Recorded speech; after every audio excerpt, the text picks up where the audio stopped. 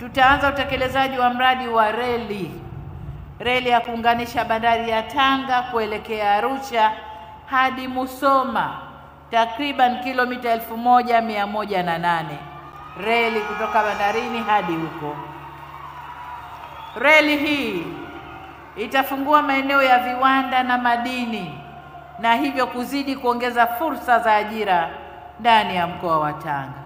Pamoja nayo ni barabara ya Handeni Singida. Hii nayo tumeiunganisha na bandari kwa sababu watakaojenga bandari hii ni wenyewe shirika la bandari Tanzania kwa sababu ya urahisi wa kusafirisha mizigo yao. Kwa hiyo TANROADS na shirika la bandari watasaidiana kujenga bandari hii ya Handeni hadi Singida.